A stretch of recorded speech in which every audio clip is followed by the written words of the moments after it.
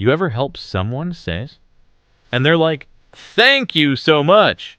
And you're just like, "Bro, it's no big deal." Like, calm down. I just clicked one button. Sometimes people make things feel way bigger than they actually are. People really be turning small things into full drama episodes. Like, bro, it's not a movie. Okay, that's a bit dramatic. It means something is not important or not a problem. It's your way of saying, hey, relax. It's nothing serious. It's like lifting a tiny weight. Feels easy, but someone else thinks it's insane. This idiom is S tier.